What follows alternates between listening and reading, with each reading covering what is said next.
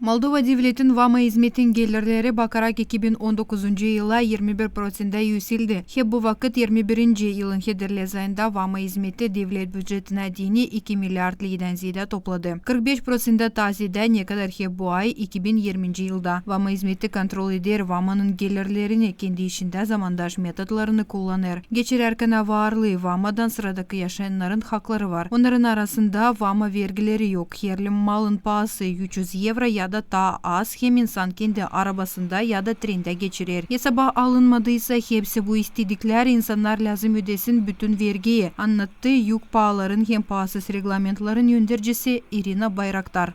Физическое лицо имеет право завозить без оплаты таможенных платежей 2 пары обуви, 2 единицы трикотажных изделий, 2 единицы изделий из натуральной кожи.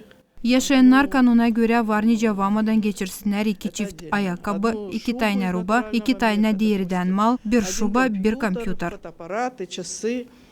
То есть, если физическое лицо, мобильные телефоны, имеет это имущество, он имеет право не оплачивать таможенные платежи, если это имущество указано в приложении к данному закону. 5 altın mal parasız yakışır sadece yuridik insanlar vamadan geçirsinler. Geçirmediğini ekonomika dış işlerini yuridik insanları lazımsa ya koyulsunlar vama hizmetinde. Broker gibi danışmaklar yazılır lazım koyulsun hepsi dokumentler hem sayıya koyulsunlar informasya sistemasında.